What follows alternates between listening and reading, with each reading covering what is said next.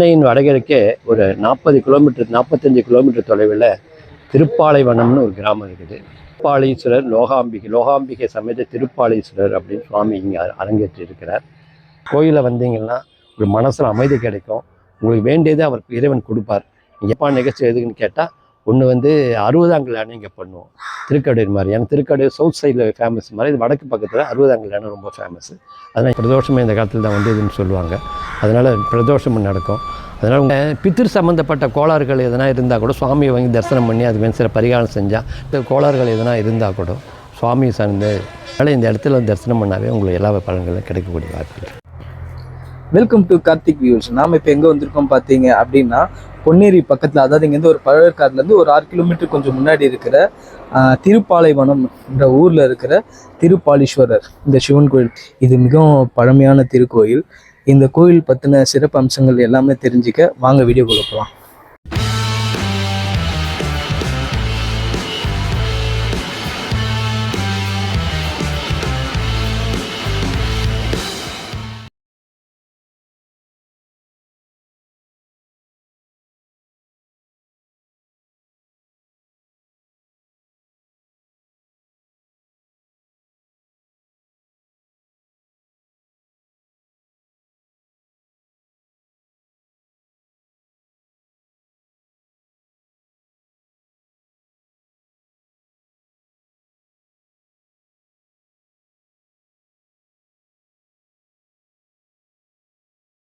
பார்வதி பதையே அரகர மகாதேவா.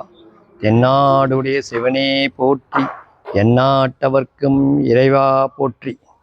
நமது தமிழ்நாட்டில் 108 சிவஸ்தலங்கள் இருக்கிறது. அதில் ஒன்று வழக்கமாக 108 வைணவ ஸ்தலங்கள் இருக்குது. இந்த 108 சிவஸ்தலங்களில் இதுவும் ஒரு ஸ்தலம். கோயில் ஒரு சிறப்பான அம்சம் புரிந்திருக்க வேண்டுமென்றால் அதற்கு 3 விதமான சிறப்புகள் இருக்கணும். ஒன்று வந்து கோயிலுக்கு வேண்டிய தீர்த்தம். கோயிலுக்குன்னு ஒரு தீர்த்தம் இருக்கும். நீங்கள் வந்து ராமேஸ்வரம் போனீங்கன்னா அங்கே தீர்த்தம் தான் பிரதானம். அது மாதிரி ஒவ்வொரு கோயிலுக்கும் ஒரு தீர்த்தம் இருக்கும். அடுத்தபடியாக கோயிலுக்குன்னு விருட்சம்னு சொல்லுவாங்க. விருட்சம்னா மரம். கோயிலுக்கு போனால் என்ன மரம்னு கேட்பாங்க. அது கோயிலுக்கு அது மாதிரி மரம் இருக்குதான்னு பார்ப்போம். அடுத்தது வந்து அந்த சுவாமியினுடைய பெருமை.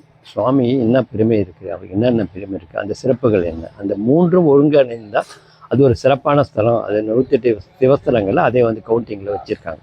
அப்படி பார்க்கும்போது சென்னையின் வடகிழக்கே ஒரு 40 கிலோமீட்டர் 45 கிலோமீட்டர் தொலைவில் திருப்பாலைவனம்னு ஒரு கிராமம் இருக்குது. இது ஒரு அழகிய கிராமம். இங்கே வந்து திருப்பாலீஸ்வரர் லோகாம்பிகை சமேத திருப்பாலீஸ்வரர் அப்படின்னு சுவாமி இங்கே அரங்கேற்றி இருக்கிறார். இது பெரிய கோயில் பக்கத்தில் மகாமண்டபம், எதிர்க்க மகாமண்டபம், அது பக்கத்தில் பெரிய குளம். அந்த குளத்துக்கு பேர் அமிர்த புஷ்கரணின்னு பேர். அதுக்கு வேண்டிய காரணங்களை சொல்கிறேன். முதல்ல வந்து சுவாமியினுடைய பெருமை. சுவாமிக்கு 2 விதமான பெருமைகள் இருக்குது. ஒன்று வந்து புராண காலத்தில் சுவாமி எப்படி உண்டானது அப்படின்றது இது. அதுக்கப்புறம் அது எப்படி வழிபாட்டு கொண்டு வந்தாங்கன்றது பிற்காலத்தில் அது வந்து சொல்கிறாங்க. அப்படி பார்க்கும்போது தேவர்கள் பால்கடலை கடைஞ்சாங்கன்னு நம்ம வந்து புராணத்தில் படிச்சிருக்கோம். அந்த புராணத்தில் படி அந்த பாற்கடலை கடைஞ்சி அமுதத்தை அசுரர்கள் கையில் வச்சுக்கிறாங்க. ஏன்னா அந்த அமுதம்ன்றது ஒரு மருந்து. அந்த மருந்தை சாப்பிட்டா இறப்பற்ற தன்மை அடையலாம் அப்படின்றதுக்கோசம் தான் அந்த அமிர்தத்தை தேடுறாங்க எல்லாரும். இறப்பே இல்லைன்னா பசி எடுக்காது, தாகம் எடுக்காது, இறப்பும் இருக்காது. எப்போவுமே சிரஞ்சீவியாக இருக்காங்க அமிர்த தேவர்கள். அதனால் அதுக்கு தான் இந்த ரகசியம் தான் அப்படின்னு முடிவுக்கு வராங்க. அதுக்கப்புறம் அந்த குடத்தை அசுரருக்கு சாப்பிட்டாங்கன்னா அசுர சக்தி உலகத்தில் வளர்ந்துட்டேன்னா எல்லாத்தையும் தம்சம் பண்ணிடுவாங்க. அதனால் அவங்க சாப்பிடக்கூடாதுன்ற நல்லெண்ணத்தில் அந்த குடத்தில் இருக்க அமிர்தத்தை எடுத்துட்டு ஒவ்வொரு சேத்திரமாக அசுரருக்கு தெரியாமல் நடந்து வராங்க. அப்போ வந்து திருக்கடையூர் சேத்திரத்தில் வந்து அந்த கலசத்தோடு வச்சு பூஜை பண்ணுறாங்க. அது திருக்கடையூர் சேத்திரத்தில் அது அங்கே அமிர்த கடேஸ்வரன் பேர் சுவாமி. கடம்னா குடத்தோடு வச்சு பூஜை பண்ண இடம் இருக்கும். அந்த அமிர்தத்தை வடக்கு பக்கம் எடுத்துட்டு என்ன பண்ணுறாங்க, இந்த இடத்துக்கு வராங்க. அப்போது சின்ன குட்டை மர குளம் இருந்திருக்கு. இந்த குளத்துங்கரையில் சாப்பிட்ணுன்னு முடிவு பண்ணுறாங்க. சுற்றிலும் காடு. அங்கே நிறைய விருட்சம் இருக்கும். அந்த விருட்சம் பேர் வந்து பாலை மரம்னு பேர். அந்த மரமே பாலை மரம். அது எப்படி உண்டாகுதுன்னு கேட்டால், முதல்ல இப்படி இவங்க என்ன பண்ணுறாங்க, உச்ச வேலையில் சாப்பிட்ணுன்னு முடிவு பண்ணுறாங்க.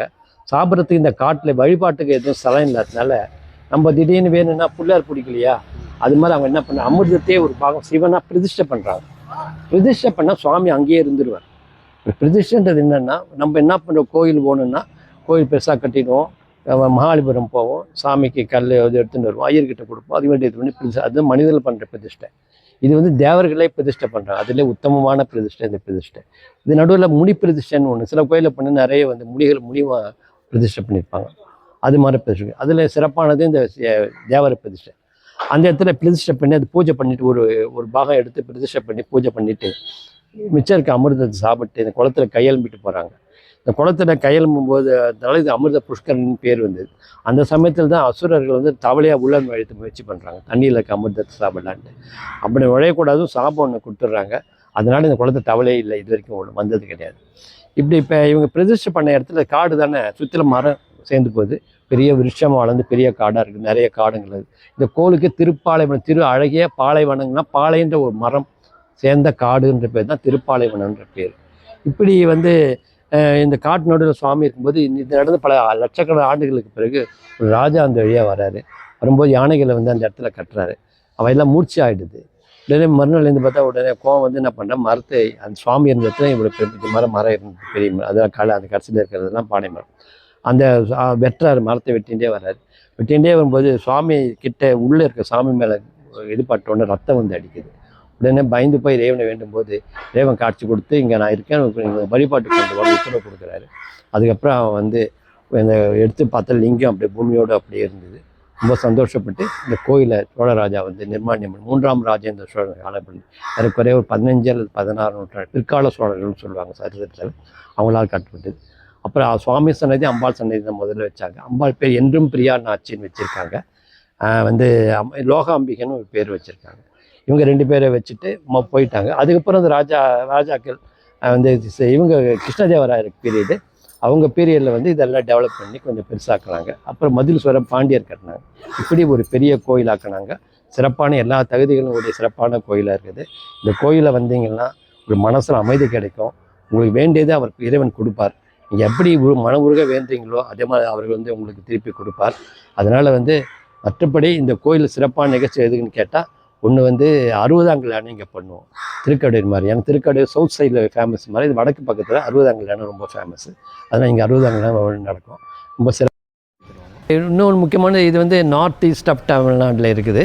அதனால் பித்திரு சம்மந்தப்பட்ட கோளாறுகள் எதனா இருந்தால் கூட சுவாமியை வாங்கி தரிசனம் பண்ணி அதுக்கு சில பரிகாரம் செஞ்சால் பித்திரு தோஷம் எப்படி கேட்டிங்கன்னா, நமக்கு குடும்பத்தில் எது பண்ணாலும் ஒரு தடுங்கல் வந்துகிட்டே இருக்கும். நம்ம என்ன தான் பண்ணாலும் சரி எதனா ஒரு பிரச்சனை இருந்துகிட்டே இருக்கும்.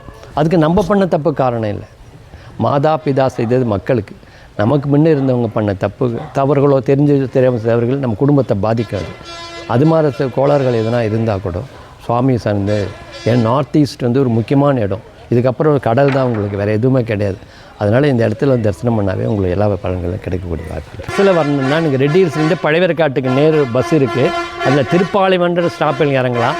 அப்படியே ட்ரெயினில் வருதுன்னா பொன்னேரி வந்து பொன்னேரியிலேருந்து பஸ் ஸ்டாண்ட் வந்து அங்கேருந்து நிறைய பொன்னேரியிலேருந்து நிறைய வண்டிங்கிற பழையவர்காட்டுக்கு நடுவில் இருக்க ஸ்டாப்பிங் திருப்பாலைவனம், அதுதான் கோயில் இருக்கிற இடத்தினுடைய வில்லேஜ் பேர். பிரதோஷமே இந்த காலத்தில் தான் வந்து இதுன்னு சொல்லுவாங்க. அதனால் பிரதோஷம் நடக்கும். அதனால் உங்களுக்கு வேண்டியது எல்லாமே கொடுப்பார் சுவாமி. நம்ம எப்படி நம்ம வந்து இது கொடுக்குறோம், இறைவனுக்கு நம்ம சமர்ப்பிக்கிறோன்றதை பொறுத்து தான் நம்ம வந்து அதன் பலன்கள் நமக்கு கிடைக்கும். முழுவதும் நம்ம அர்ப்பணம் பண்ணும்போது இறைவன் அளவு கொடுப்பார். எல்லாரும் பற்று பயனடைய வேண்டுகிறேன். வணக்கம். இந்த கோவில் பற்றின நிறைய விஷயங்கள் இங்கே இருக்கிறது சொல்லி நீங்கள் கேள்விப்பட்டிருப்பீங்க, இப்போ நம்ம பார்த்துருப்போம். ஸோ இந்த கோயில் வந்து நீங்களே பார்த்தீங்க அப்படின்னா ரொம்ப பழமையான ரொம்ப பெரிய கோயிலாக இருக்குது. எனக்கு ரொம்ப ஆச்சரியமாக இருக்குது அந்த சிவனை பார்க்கறதுக்கு. இது நிஜமாக சொன்ன மாதிரி எங்கேயுமே பார்க்காத ஒரு சிவலிங்கத்தை நீங்கள் இங்கே கண்டிப்பாக பார்த்தீங்கன்னா நீங்களே ஒரு பிரமிப்பாயிடுங்க. இது ஒரு அற்புதமான ஒரு தரிசனம் தான் நான் சொல்லுவேன். ஸோ இந்த கோயில் நேரில் வந்து நான் சொல்கிறத விட நீங்கள் நேரில் வந்து பாருங்கள், உங்களுக்கு கண்டிப்பாக உங்களுக்குள்ள ஒரு நல்ல ஒரு மாற்றங்கள் கிடைக்கும். ஸோ நம்ம வேறு வீடியோவில் மீண்டும் சந்திப்போம். பாய்.